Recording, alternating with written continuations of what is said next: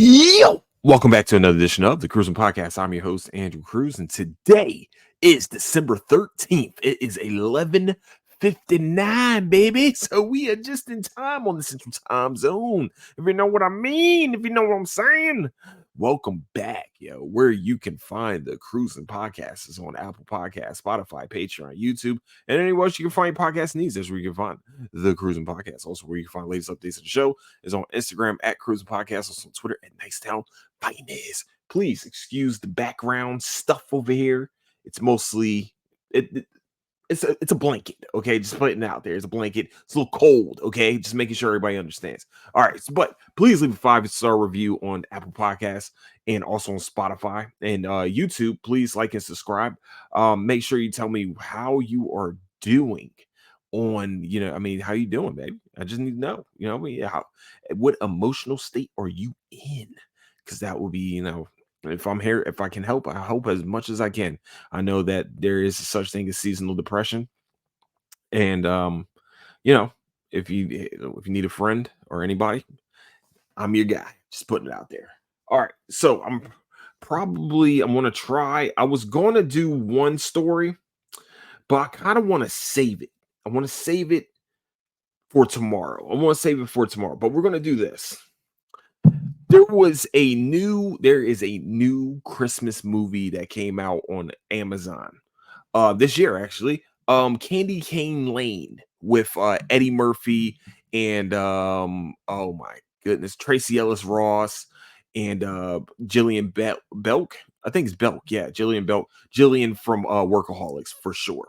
Just making sure everybody knows this is Jillian, funny ass Jillian from Workaholics. I would like to say this. This was a very good movie. I have to say, for a movie that like has Eddie Murphy in it for sure, and really, what's kind of crazy about it is that the setting of the story was really they really kept it to Candy Cane Lane practically, or slash, they'll go to maybe the elf shop. It's like really two or three, settings, and I will have to say this. They did an amazing job. The only thing I had a problem with, and I understand probably because maybe that's what they were trying to do, like kind of a little more whimsical type thing, is like when they were doing the fake like figurines and stuff. Um, it just felt too computer generated. I don't know. It just I feel like you could have went a different route with that, but maybe not. I don't know.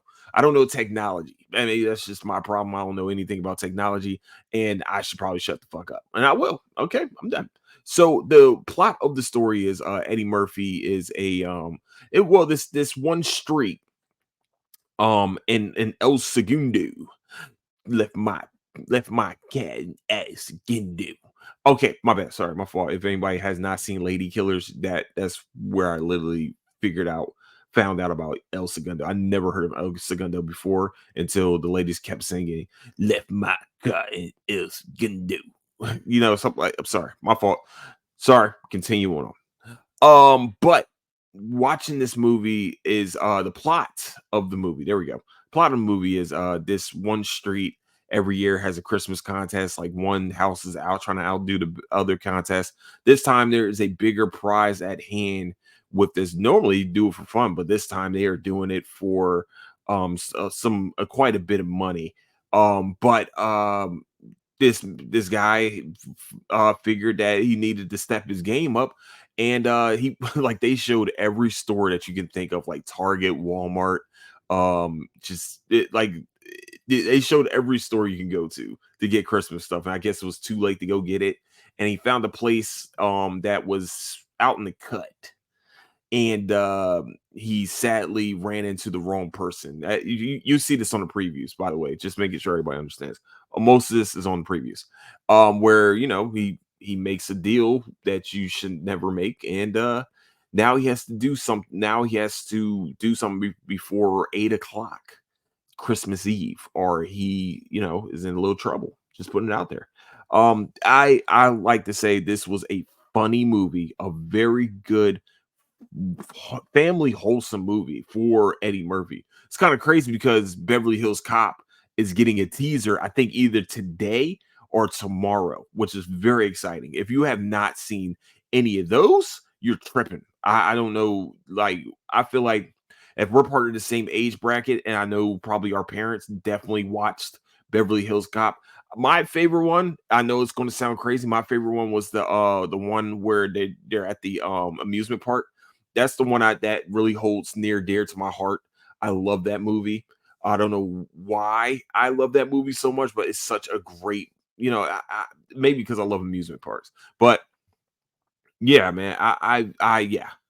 This was a very good family fun movie.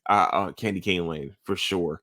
You get David Allen Greer, as you guys probably have seen. He's going, he shows up in this movie too, man. It's David Allen Greer is making a comeback, huh? Okay, dog. All right. What was that? Okay, my fault. So I would have to say this might be put in the rotation. Who knows, man? It might. If I have like children or something like that, maybe. What I mean? Saying we sit around, watch some Candy Cane Lane because it was like I said, it was seriously a fun movie to watch. It was funny.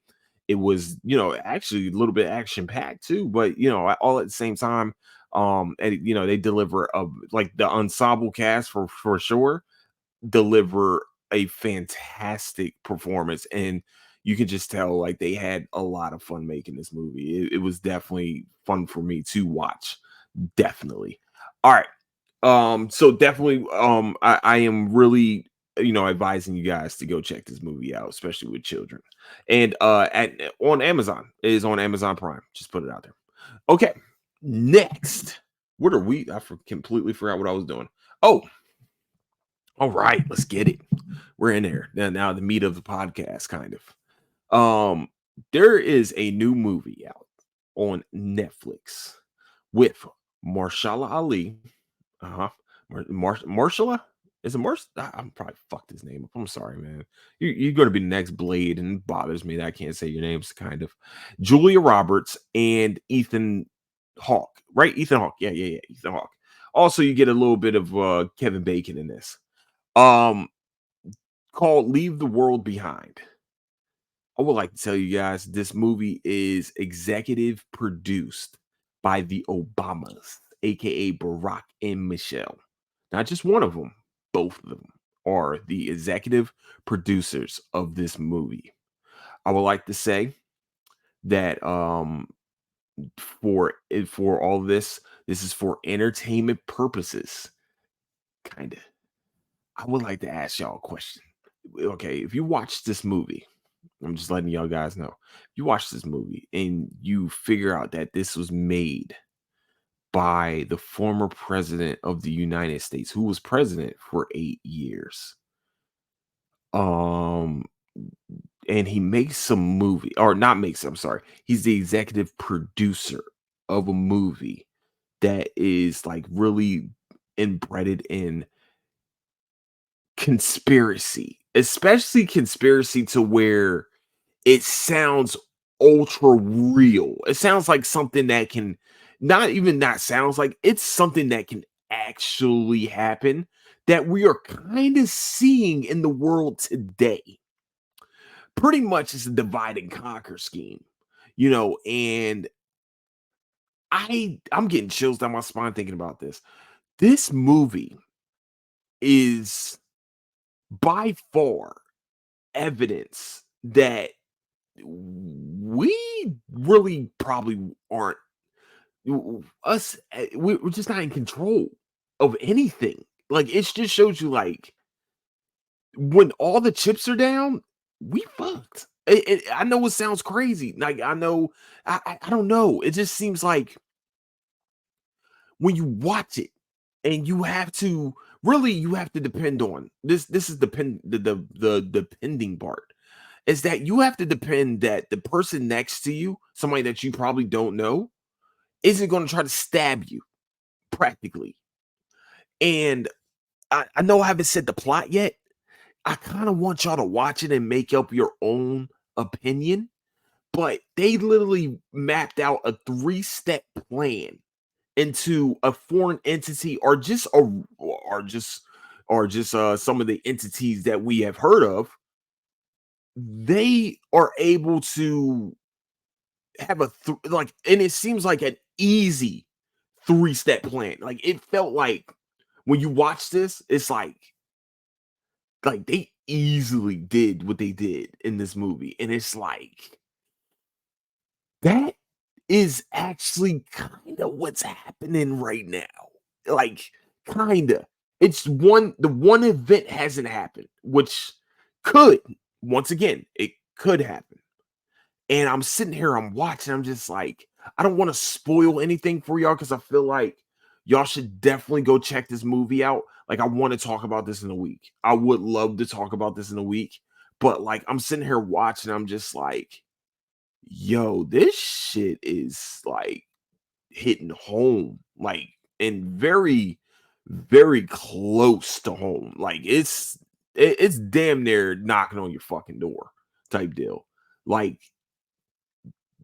oh man, I'm watching it. eh, Fuck, man. It's like I don't want to spoil it, but at the same time, I want to, like, I don't know, man. I'm sitting here watching. So the movie is a family that goes out to the middle of not even the middle. Hold on, it's not even the middle of nowhere. They don't leave that far out of New York. Now the show, like the movie, makes you forget that they didn't leave that far away. Like, I can tell you this right now. You watch the movie, they'll even say it during the movie. Like, we're not even leaving that far from the city, and then you forget that they're not really that far from New York. And I'm like, I'm not even joking how you will see how far away they are. This family decides to go on vacation. The mother, aka Julia Roberts, she just, like, the first thing she says is, I hate people, pretty much. And her job is to read people, kind of like, she's supposed to read people and be able to sell them on shit. Like, that's pretty much what she is. They didn't exactly say exactly what she was. But Marshala Ali, pretty much they get an Airbnb, and there's an event that happens that make them run back into the house, and then there's another event that happens where Marshall Ali and his daughter shows up to the house, and they pretty much that's their house. This is pretty much their Airbnb, and they're like, yo, we need to come here, so can you let us into my house? Like that. I'm Man, the the event that happens, you sit there and like, why is this going? Wait, that's the most weirdest. It's like some M. Night Shyamalan type shit, but it, like, on some really real levels. Like, I'm damn near like, yo, I'm about to start stocking up on shit. Like, that's how crazy. This how real it felt. That's how real it felt for me. Like, I'm like, this can happen. That can happen. This can happen. That actually can happen. That's not actually, with the way they kind of did it, was like, it looks a little bit too easy. Like, that was a little too easy, and the problem is that maybe our cyber infrastructure and shit isn't as strong as we think it is. We may have, like, it's just, I mean, think about, like, you can have Russian bots, or there's like bot farms in like different countries. You know what I'm saying, that they have really good cyber attack infrastructures. Like, that's really what's going on. And this movie kind of shows you. But that's not even the tip of the iceberg of this movie. Like, you're gonna sit here and watch, and like, you're gonna forget that they are the executive producers of the show. And I'm sitting here watching, I'm just like, yo, what? So way I found out, I thought I was tripping. I thought I was losing my mind. I ain't gonna lie to you. I thought I was losing my mind. So I was watching TV. I was, watching TV, of course. And I looked down on my phone because normally, like, during the credits, I don't look at fucking credits. What the fuck?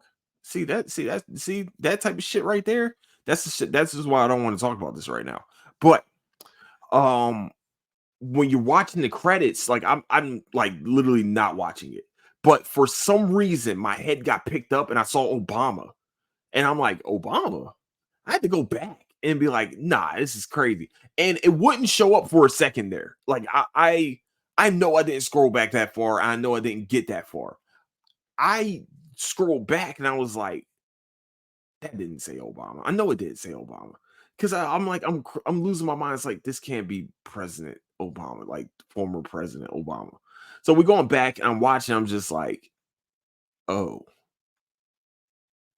I wasn't tripping. I really saw what I saw. And now you got my attention with this movie. Like now, phone down, we're watching this. And I'm sitting here watching, I'm just like, oh, these motherfuckers trying to tell us something that nobody's trying to that no one has like for real, they could probably be telling us this and it's probably happening and we just don't know it. That's how crazy this shit is. I was watching, I was like, oh no, man. Like these motherfuckers, it's like showing you something in plain sight, like hiding in plain sight, but we're gonna show you anyway. It's nothing you can do about it. I mean, let's just be real. There's nothing you're gonna do to stop this. We're just gonna show you anyway, just because we want to torture you with the truth. I'm just like, oh shit, this is that's real. That can happen. That's seriously something that can be, yeah, that can happen. I that brings pure fear in my heart. Like I I'm sitting here. Oh man, the movie will fuck you up if you think the way I do. If you're, I'm not a pessimist, but it's like at the end of the day, it's just like this is ruining me. Like I should not be watching this because now I'm gonna be like thinking every turn like is was that supposed to happen? Was this what I don't know. It's crazy, yo. So yeah, that's yeah. Yeah.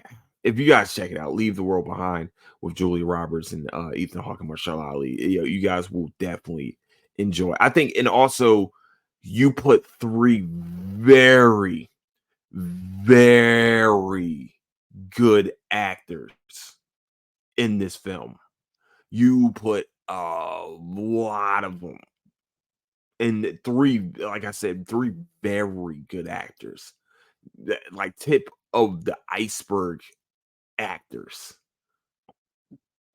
And you if you want to convey a message, that's practically the way you do it, is with great actors like that. And I'm just like, damn it. I don't know, man. It's just fucking weird.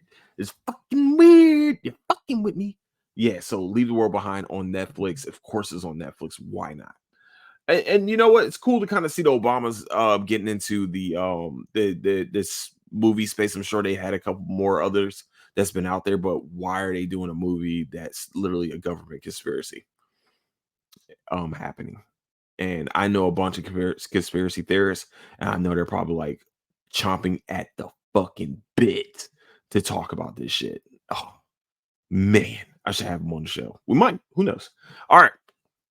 Lastly, we are going to talk about Draymond fucking Green. We got to.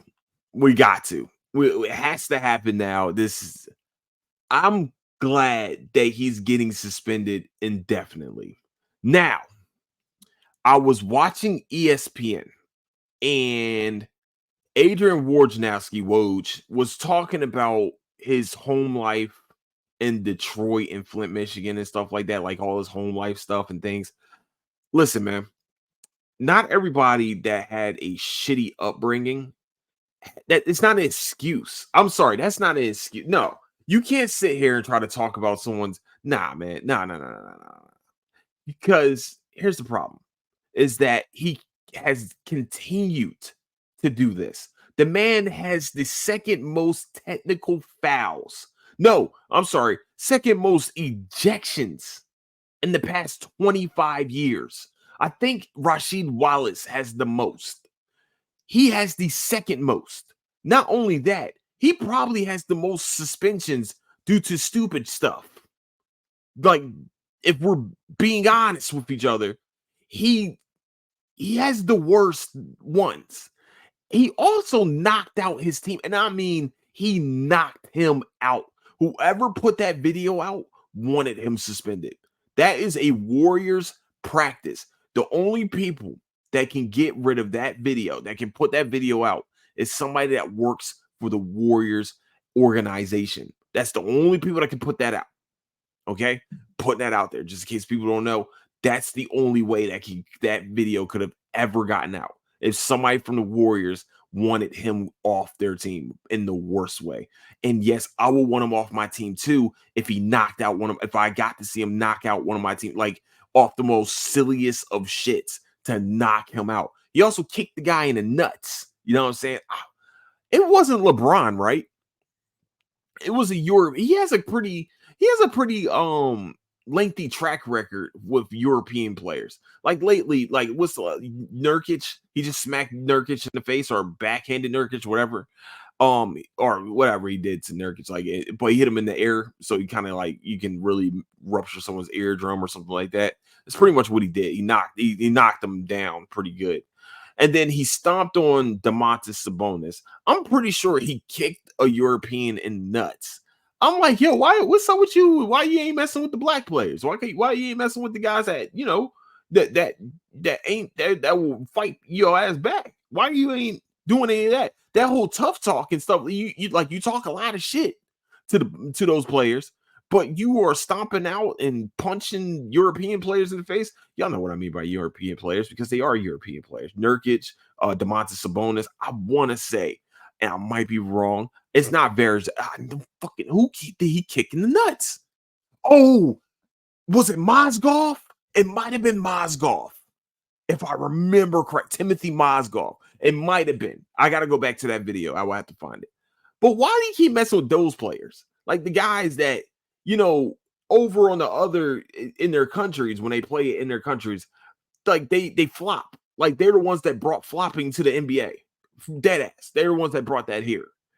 Why are you doing that? Why you ain't doing that to, old boy, somebody like, I don't know, like James Jones. Like when James Jones was in the NBA and his parents were both third-degree black belts, or he was a third-degree, whatever the hell it was. I don't know how third-degree black belt karate works in a street fight, but I'm pretty sure it fares pretty well against a guy that just has anger issues. I know people are like, man, we should be scared of Draymond. I truly don't think you should be. I don't understand. He only attacks certain people that he knows won't fight back. That's the only people he go after. Like LeBron, he's signed with LeBron's agent, and they're like, yeah, well, this is they're going to what did he kick LeBron in the nuts? Right? No, he didn't kick LeBron in the nuts. Because if you kick LeBron in the nuts, you would not be in the NBA anymore. And he wouldn't be part of Clutch Sports, and he wouldn't be like at parties drinking with you. I don't know I forgot what happened with him and LeBron, but it's time. It's been time for him to have a lengthy suspension. Like, dude has been a menace to society since 2016. This 7 fucking years. I understand he's supposed to be this smart guy. He's supposed to be this well-rounded basketball player. But if you're telling me this, that's cool. That's awesome. Guess who else was a very smart guy and who was a very good basketball player? Dennis Rodman. Dennis Rodman was the same man that married himself. Okay, spit it out there. We're gonna be honest. He's out there. He married himself. We got Ja Morant who can't stay out of his own fucking way. It's his fault. No, completely his fault. Like you over here carrying guns twice now. Like how fucking that's just stupidity at this point. I just don't know. Is for him, it's just dumb. Zion's about to eat himself out of the league.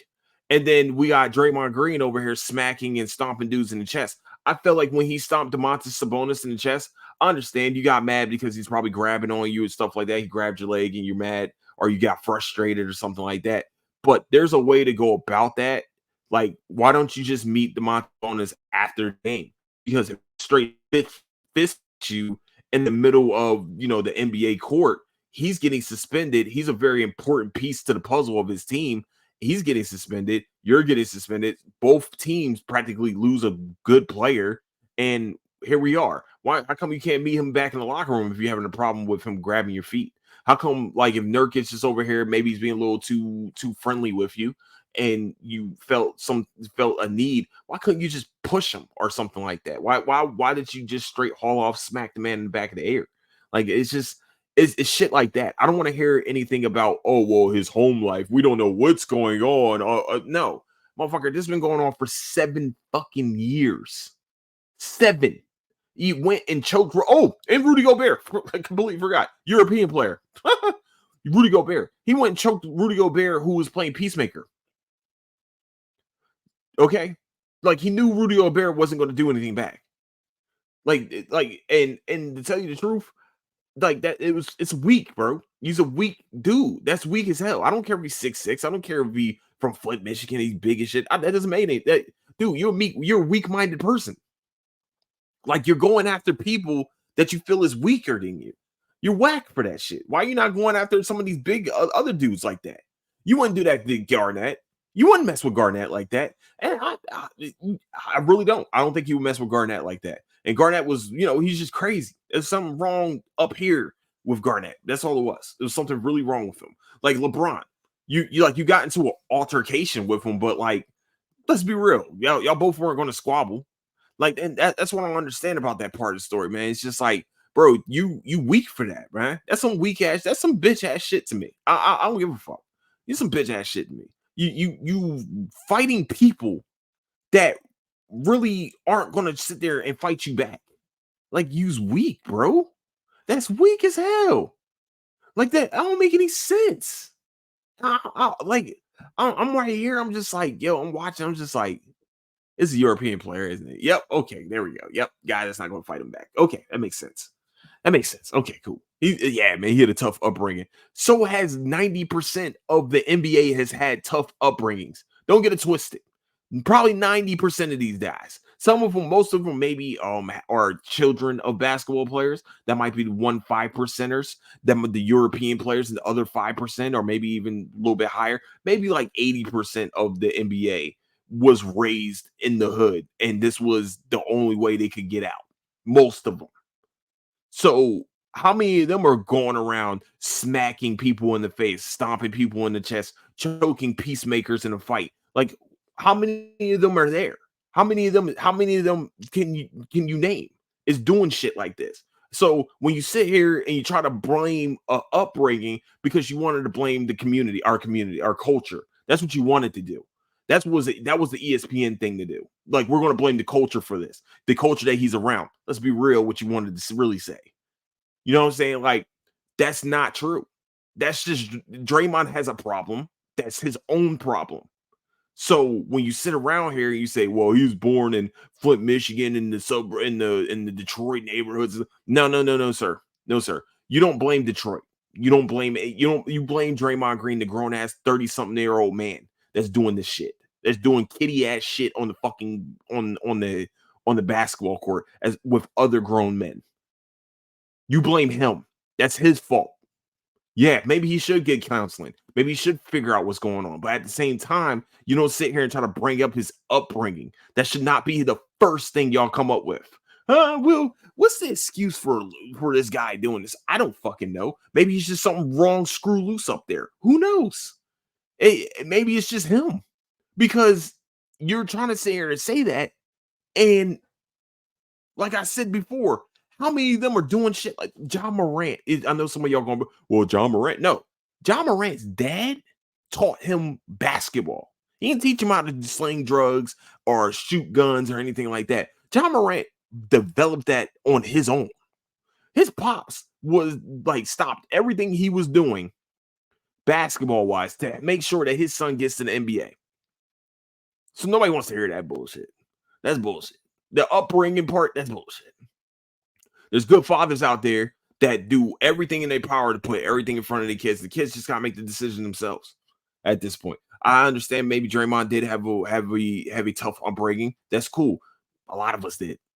Welcome to life, dog. You know what I'm saying? I lived in Philly. I lived in Cherry Hill, lived in Camden. You know what I'm saying? Built all Camden, and Camden was the murder capital at that point. You know what I'm saying? But I'm not going to sit here and blame my upbringing for any of the shit that I've done. You know what I'm saying? Anything I have or will do in the future. You know what I'm saying? Like, nah, ain't my upbringing. That's me. That's my fault. That's on me. So we need to stop pointing the blame to everywhere else except for the main blame where it needs to be pointed to, which is Draymond Green, the grown ass motherfucking adult who's doing this stupid ass shit. That's who we need to be blaming. I'm sorry. I'm sick of this whole we're gonna do this. We're trying to find a reason why we don't know. Even only he knows why he's doing this. You're trying to find a reason for what? You're trying to just pick, oh, well, you know what, man? This guy right here lived in the hood. No, no, no, sir. There's a lot of people that lived in the hood that didn't commit not one crime in their lifetime. There's a lot. There's a lot of them. There's a lot of people in the hood that didn't never had to fight, never had to sell drugs, never had to shoot a gun, never had to do anything like that. All he did was get the fuck home, go to work or go to school and get the fuck home. They only had two places to go.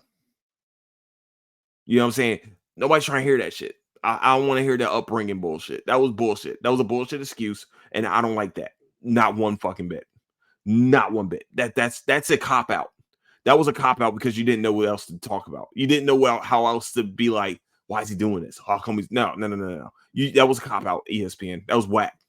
That on some real like this is once again for like great journalists for all the rest of that cool stuff. You are a great journalist, probably. You probably did your due diligence about the background of Draymond Green. You probably did all of that, and that's cool. That's fine. That's understandable. You figured out. Oh, maybe it was no.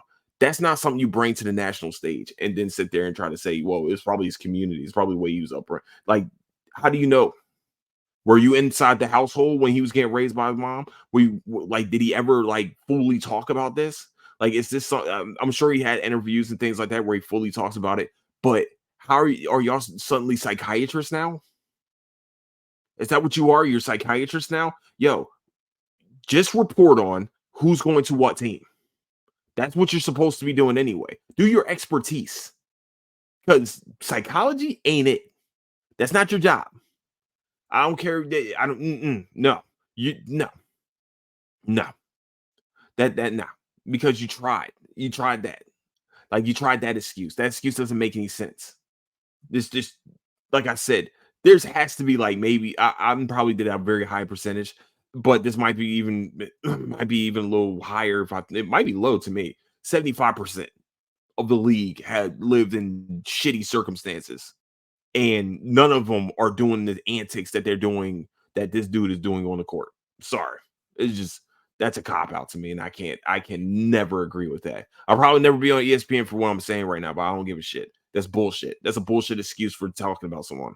Like he didn't say, well, man, I used to get beat up. No, that doesn't make any sense. He never said that. That's never been said. That should never, ever, ever, ever be the headline. That's ridiculous. That is ridiculous reporting, and I am fucking disappointed in the ESPN in that. Y'all have done so many other great things, and y'all having Jimmy V week, on doing all the My Wish series, all the rest of that cool stuff. But that right there, that's lazy fucking reporting right there. That's lazy as shit. You did not do your due diligence on that one, and that bothers the fuck out of me. Truthfully, I think that was a hit job on not just Draymond Green, but that was a hit job on the black community. And I know it probably sounds like I'm being, oh man, all this black stuff. No. I think that was a hit job. That was definitely a hit job on black community, on black culture. Because nah, it's not. That is completely I'm not going to say it's untrue. I'm not going to say it's not a part of it, but to make that your main storyline, that bothers the shit out of me. Truthfully, that really pisses me off. Like if Draymond came out and said, I'm getting mad. I'm mad because my upbringing, dude. You like 40 years old and you're acting like that. Like you literally have gray on your beard and you're acting like that. That's some child. That's some child mentality. And you're supposed to be a smart basketball player. Like smart basketball players do not go around smacking the shit out of people, stomping a guy in the chest, choking a guy that's being like once again trying to break the fucking fight up. Like that's not smart basketball play. That's just I don't know. That's some bitch ass shit. That's you thinking that this is the 90s enforcer type shit, but if this was the 90s, you would be getting your ass beat by like a Charles Oakley and fucking Anthony Mason, even Charles Barkley. Barkley wouldn't back down from that bullshit. Like there's certain players in this league where they're just not going to back down from you. Like Charles Barkley literally fought Shaquille O'Neal. Like that was the crazy part. He fought Shaquille O'Neal, who's 7 feet, 300 some odd pounds at this point. So I don't think a Draymond would do that. And that's just me. Yeah, everybody, oh man, he brings back the old school mentality. That's not old school mentality. Old school mentality is you fight the biggest bully on the yard and you see who can win. And that big bully and everybody else.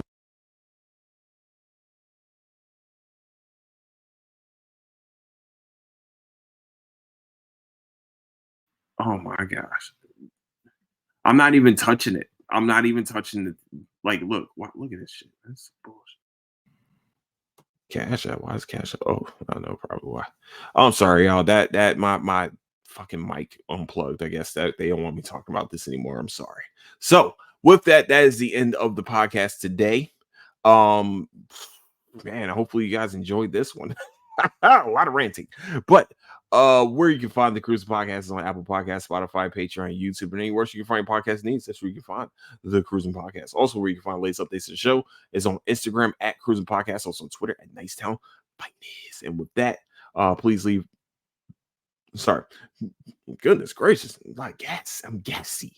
Where you can please leave a 5-star review on Apple Podcasts. Also, please leave one on Spotify and like and subscribe on YouTube, and then go check out the Patreon. And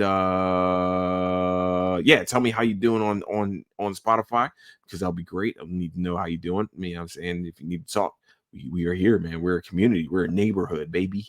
And yeah, this is the 13th, 14th. Oh shit. No, we're on the 13th. It was the 13th day of no. Wait, what? When did the first, yeah, 13th. This is the 13th day. No. Yeah, okay. Oh, fuck it. It's the 13th day of Cruisemas. Sorry, we got 12 more days left. Damn, it's already damn. I just started this shit. Goodness gracious. Okay, sorry. My bad. My fault. So with that, I want to say I love you guys. Don't do anything I wouldn't do. Catch you guys later. Deuces.